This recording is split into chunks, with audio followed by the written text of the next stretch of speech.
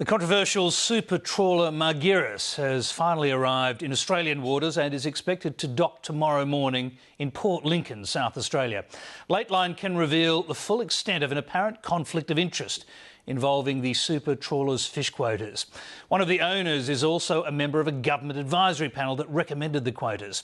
And an independent analyst who reviewed the science that was the basis for the quotas claims the study is fundamentally flawed. Matthew Carney with this report. The Margiris is twice the size of any vessel ever to fish in Australian waters. The super trawler has come to Australia to catch more than 18,000 tonnes of small pelagic fish like blue mackerel, jack mackerel and redbait.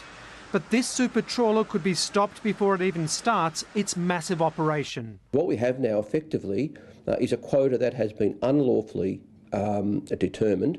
Ultimately, at this point in the process, frankly, it's not worth the paper it's written on. Jerry Geen is part owner of the Margiris in Australian waters and is also a member of a government advisory panel that recommended the quota for the super trawler.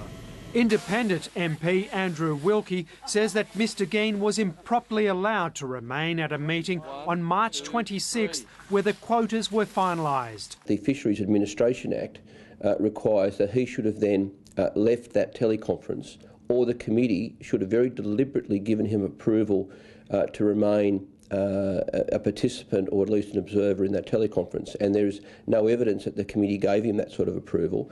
And when I've challenged the Fisheries and Management Authority on this, they say, well, they don't actually take the Act literally, that they've developed some sort of in-house workaround arrangement, and that's fine by them. But I mean, this calls into question really not just the quota relevant to the super trawler, but the whole way the Fisheries Management Authority goes about its business. In a written reply to Mr Wilkie, AFMA, the Australian Fisheries Management Authority, did confirm that Mr Geen was present in the meeting. Given the expertise-based nature of the membership, it is axiomatic that such a literal reading of these sections could preclude almost all members from most decisions.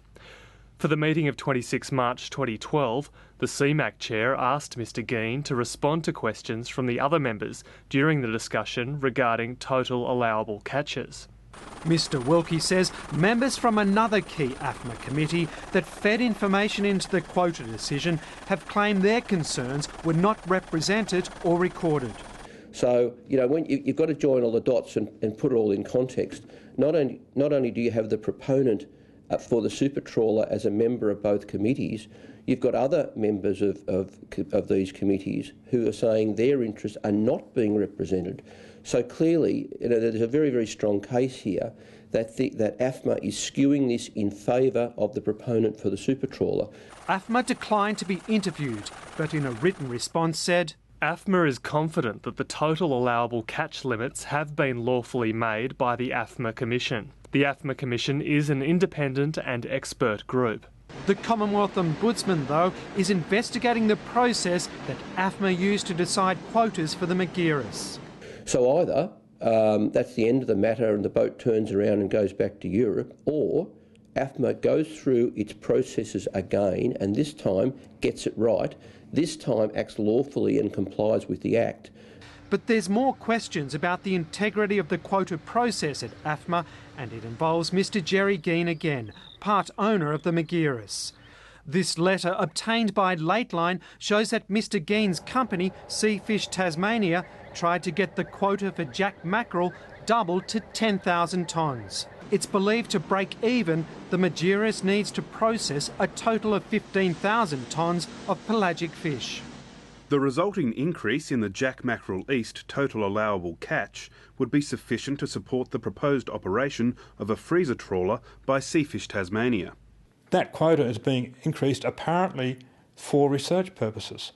Seafish Tasmania have put in a research program, but I have to admit it looks very much like a Japanese whaling expedition. In a written response, Gary Geen says he has acted lawfully and declared all his interests to AFMA and Seafish is not concerned about the Ombudsman's scrutiny of the matter.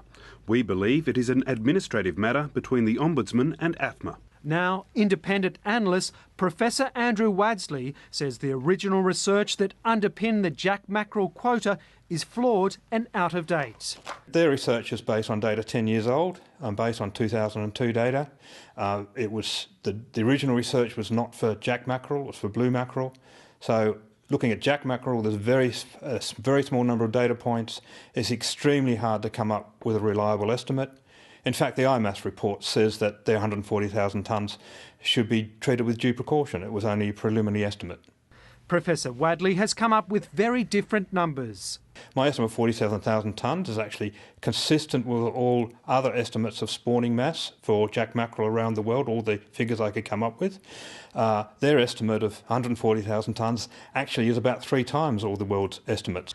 AFMA says the science is solid and points to a supporting background paper completed by 6 senior fishery experts that concludes the quotas are more conservative than the best global practice for the species. Matthew Carney, Lateline.